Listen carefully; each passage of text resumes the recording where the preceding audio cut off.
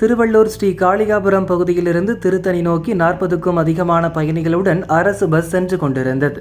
இன்று மாலை 3:30 மணியளவில் கேஜி கண்டிகை பகுதியில் வந்து கொண்டிருந்தது.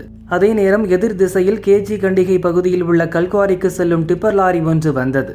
திடீரென அரசு பஸ்ஸும் லாரியும் எதிர்பாராத விதமாக நேருக்கு நேர் மோதின. இந்த காட்சிகள் அங்குள்ள பெட்ரோல் பங்க் சிசிடிவியில் பதிவானது.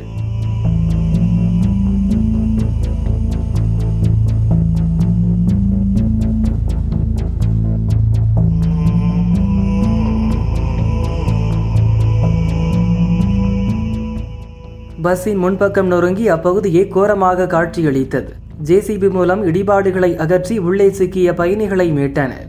இந்த பயங்கர விபத்தில் பஸ்ஸில் இருந்த 16 ஆண்கள் 13 பெண்கள் என 29 பேர் படுகாயமடைந்தனர். மற்றவர்கள் சிறு காயங்களுடன் மீட்கப்பட்டனர்.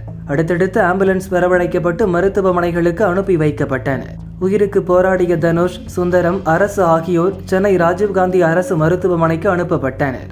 சோக நிகழ்வாக அம்மையார் குப்பத்தைச் சேர்ந்த மகேஷ், முரளி, பாண்டுரங்கன், சிவானந்தம் உள்பட 5 பேர் உடல் நசுங்கி சம்பவ இடத்திலேயே இறந்தனர்.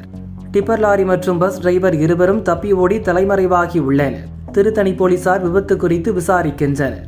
திருத்தணி ஆர்டிஓ தீபா, தாசில்தார் மலர்விழி உள்ளிட்டோர் சம்பவ இடத்தில் நேரில் பார்வையிட்டு விசாரித்தனர்.